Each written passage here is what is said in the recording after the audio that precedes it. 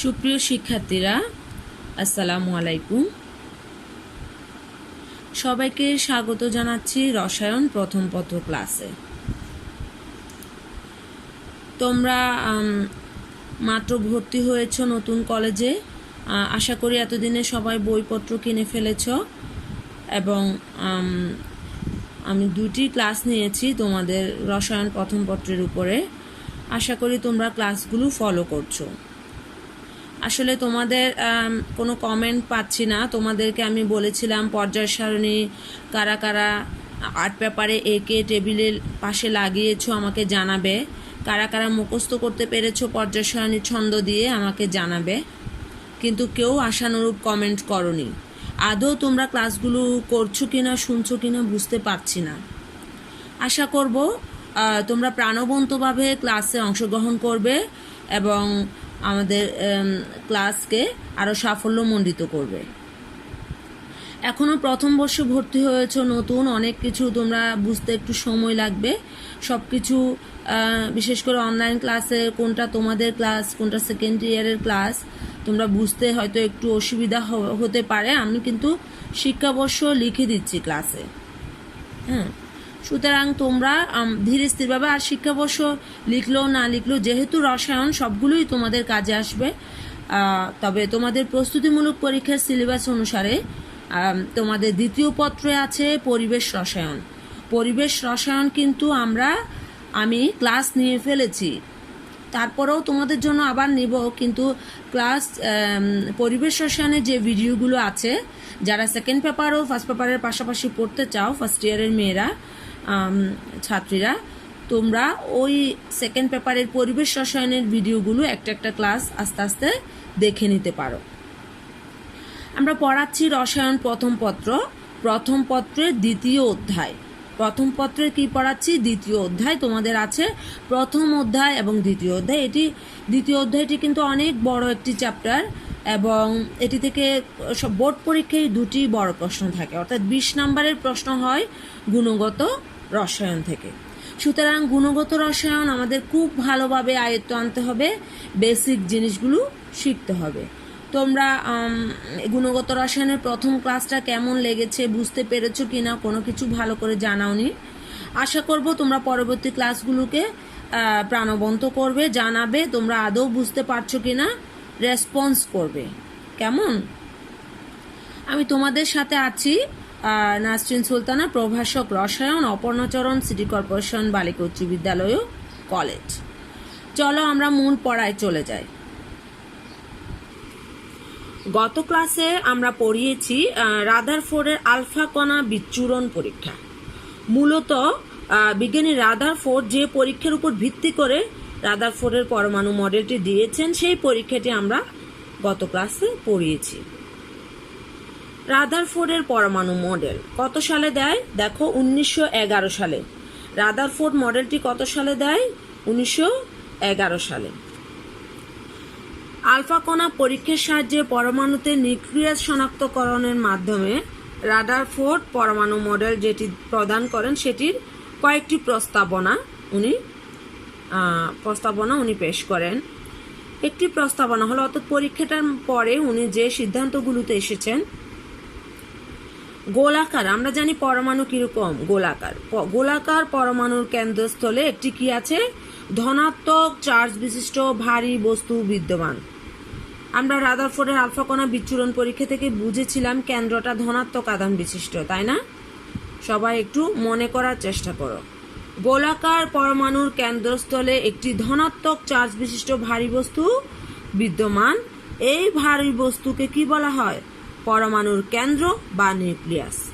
তাহলে একটি ছোট প্রশ্ন হতে পারে যে পরমাণুর কেন্দ্র নাম নিউক্লিয়াস দেন কে? রাদারফোর্ড, বিজ্ঞানী রাদারফোর্ড।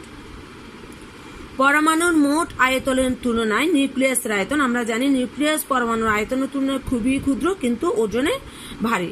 নিউক্লিয়াসে পরমাণুর সমস্ত ধনাত্মক চার্জ এবং প্রায় সমস্ত ভর কেন্দ্রীভূত, অর্থাৎ যত ধনাত্মক চার্জ আছে সবগুলো নিউক্লিয়াসে থাকে এবং পরমাণুর ভর মূলত নির্ভর করে নিউক্লিয়াসের ভরের উপর।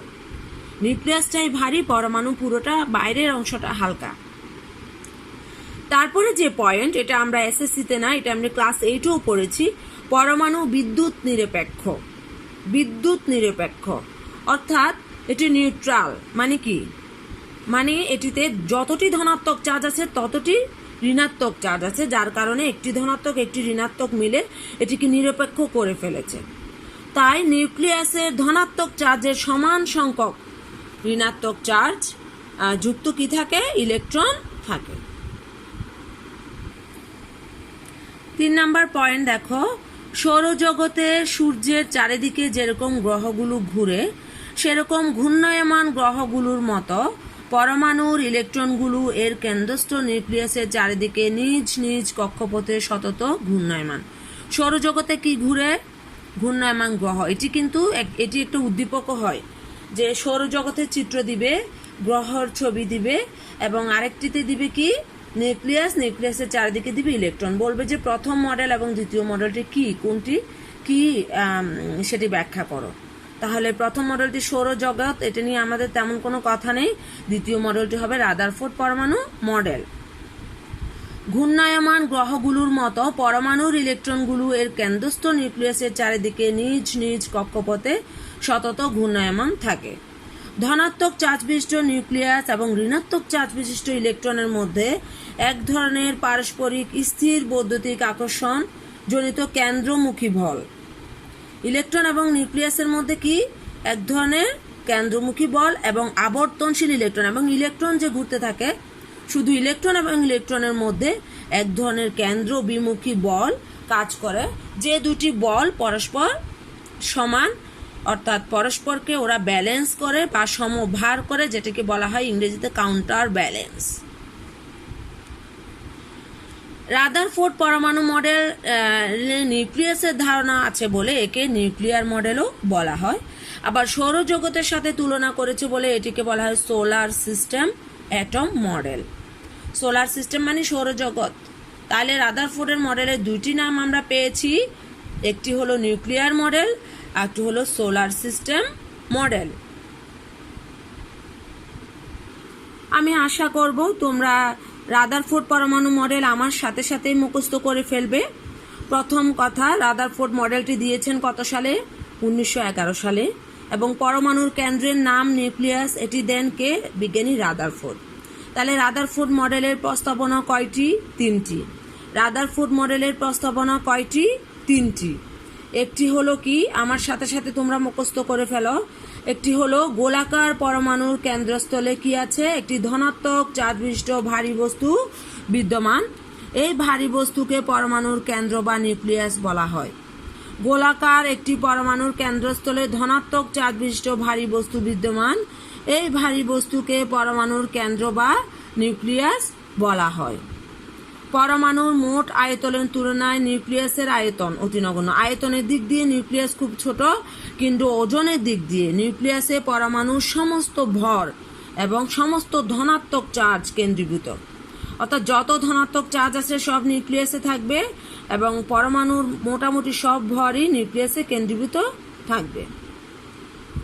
1 নাম্বার পয়েন্ট আবার বলছি, খেয়াল করো।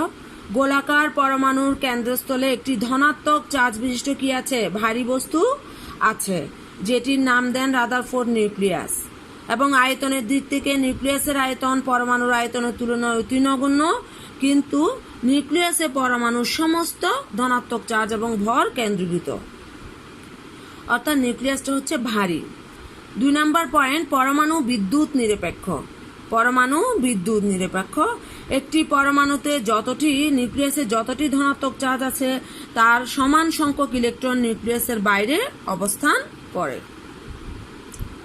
আবার বলছি 2 নাম্বার পয়েন্ট, পরমাণু বিদ্যুৎ নিরপেক্ষ, তাই নিউক্লিয়াসের ধনাত্মক চার্জ সংখ্যার সমান সংখ্যক ঋণাত্মক চার্জ যুক্ত ইলেকট্রন নিউক্লিয়াসের বাইরে থাকে। তারপরে 3 নাম্বার পয়েন্ট, সৌরজগতে যেরকম সূর্যের চারিদিকে গ্রহগুলো ঘূর্ণায়মান, পরমাণু কেন্দ্রের চারপাশে ইলেকট্রনগুলো সেভাবে সতত ঘূর্ণায়মান। ধনাত্মক ঋণাত্মক চার্জযুক্ত ইলেকট্রনগুলো সতত ঘূর্ণায়মান। তাহলে ধনাত্মক চার্জযুক্ত নিউক্লিয়াস এবং ঋণাত্মক চার্জযুক্ত ইলেকট্রনের মধ্যে এক ধরনের কি কাজ করে? স্থির বৈদ্যুতিক আকর্ষণজনিত কেন্দ্রমুখী বল। তার মধ্যে এই পয়েন্টটা ভালো করে খেয়াল করবে। ধনাত্মক চার্জ বিশিষ্ট নিউক্লিয়াস এবং ঋণাত্মক চার্জ বিশিষ্ট ইলেকট্রনের মধ্যে এক ধরনের স্থির বৈদ্যুতিক আকর্ষণজনিত কেন্দ্রমুখী বল কাজ করে। আবার যে ইলেকট্রনগুলো সতত ইলেকট্রনগুলো তার নিজ কক্ষপথে ঘূর্ণায়মান না, সূর্যের চারিদিকে গ্রহগুলো পৃথিবীর নিজ কক্ষপথে ঘুরছে না, তাহলে ইলেকট্রনও সেরকম কি নিজ কক্ষপথে ঘুরছে।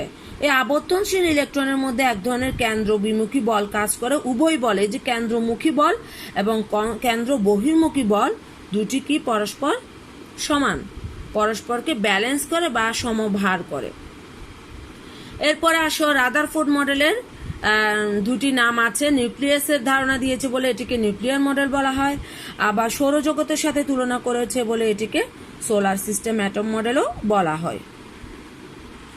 আমরা প্রতিটা মডেলের স্বীকার্য শিখব এবং কি শিখব, সীমাবদ্ধতা শিখব।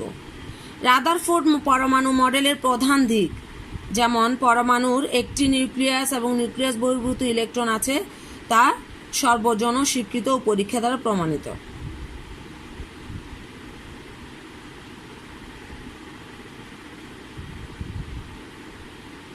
কিন্তু এটির প্রধান সীমাবদ্ধতা হচ্ছে সৌরজগতের গ্রহগুলোকে সৌরজগতের সাথে রাদারফোর্ড মডেল তুলনা করেছে, কিন্তু সৌরজগতের চারপাশের যে গ্রহগুলো আছে এগুলো তো কোনো চার্জ নেই, অথচ পরমাণুর চারিদিকে যে ইলেকট্রনগুলো সতত ঘুরছে এগুলোতে কি আছে, ঋণাত্মক চার্জ আছে। তাহলে এটির ব্যাখ্যা রাদারফোর্ড মডেলে দেওয়া হয়নি। 2 নম্বর পয়েন্ট, ম্যাক্সওয়েলের তড়িৎচুম্বকীয় তত্ত্ব অনুসারে কোনো চার্জযুক্ত কণা যেমন ইলেকট্রন যে নিজ কক্ষপথে ঘুরছে, এরকম কোনো চার্জযুক্ত বস্তু যদি কোনো বৃত্তাকার পথে ঘুরতে থাকে তাহলে ক্রমাগত কি করবে, শক্তি বিকিরণ করবে। কোনো চার্জযুক্ত কণা যদি বৃত্তাকার পথে ঘুরে তাহলে ক্রমাগত শক্তি বিকিরণ করবে এবং তার আবর্তন চক্র ধীরে ধীরে কমতে থাকবে। এক্ষেত্রে একসময় সেই শক্তি হারাতে থাকবে, হারাতে হারাতে নিউক্লিয়াসে পতিত হবে। কিন্তু রাদারফোর্ড পরমাণু মডেলে তাহলে এটা যদি হয় একটি অস্থায়ী অবস্থা হবে, এ ধরনের নিউক্লিয়াসের পতন কখনোই ঘটে না, এটির ব্যাখ্যা দেওয়া হয়নি। হাইড্রোজেন পরমাণুর বর্ণালী সম্পর্কে কোনো সুষ্ঠু ব্যাখ্যা এই মডেল দিতে পারে না। যেমন শক্তি বিকিরণ অবিচ্ছিন্নভাবে ঘটে, পরমাণুর বর্ণালীতে সৃষ্ট রেখাগুলো অবিচ্ছিন্ন হওয়া স্বাভাবিক, কিন্তু বর্ণালীতে সৃষ্ট রেখাগুলো বিচ্ছিন্ন এবং বেশ উজ্জ্বল হয়। হাইড্রোজেনের বর্ণালী নিয়ে আমরা পরবর্তীতে আরো ডিটেলস যখন পড়বো তোমরা এই পয়েন্টটা একটু ভালো করে তখন বুঝতে পারবে। আবর্তনশীল ইলেকট্রনের কক্ষপথের আকার আকৃতি, ইলেকট্রন যে ঘুরছে কক্ষপথের আকার কেমন হবে, আকৃতি কেমন হবে, এই ধরনের কোনো ধারণা রাদারফোর্ড মডেল দেয়নি। একাধিক ইলেকট্রন বিশিষ্ট পরমাণুতে ইলেকট্রনগুলো নিউক্লিয়াসে কিভাবে পরিভ্রমণ করবে সেটির কোনো ধারণা রাদারফোর্ড মডেলে নেই।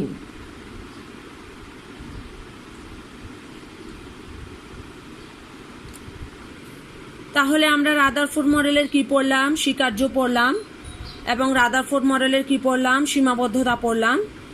তোমাদের কাছে আমার কিছু প্রশ্ন থাকবে, এই ক্লাসের রিলেটেড প্রশ্নগুলোর উত্তর দিবে। একটি হলো 1 নম্বর প্রশ্ন, রাদারফোর্ড কত সালে মডেলটি দেন এবং পরমাণুর কেন্দ্রের নাম নিউক্লিয়াস দেন কোন বিজ্ঞানী? এই দুটি ছোট প্রশ্ন কমেন্টে তোমরা জানাবে।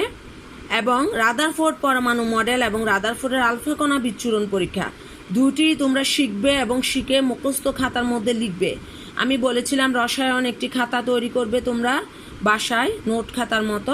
রাদারফোর্ডের পরমাণু মডেলের স্বীকার্য এবং সীমাবদ্ধতা তোমরা লিখবে, ভালো করে শিখবে। এবং এই মডেল দুটি নিয়ে বোর্ড পরীক্ষায় প্রশ্ন হয়, আর কলেজে প্রস্তুতিমূলক পরীক্ষায় তো প্রশ্ন থাকবে এই ধরনের। এবং এমসিকিউ যদি ভালো করতে চাও তাহলে পয়েন্ট আকারে প্রতিটা লাইন বাই লাইন পড়তে হবে, ঠিক আছে? এবং আরেকটি প্রশ্নের উত্তর দিবে, রাদারফোর্ড মডেলের অপর নাম কি? রাদারফোর্ড মডেলের অপর নাম কি? এই প্রশ্নগুলোর উত্তর তোমরা কমেন্টে জানাবে। আশা করি তোমরা ক্লাসে রেসপন্স করবে, মনোযোগী হবে এবং পড়াগুলো রেডি করবে। সবাই ভালো থাকো এবং বাসায় থাকো, নিরাপদে থাকো, সুস্থ থাকো। ধন্যবাদ।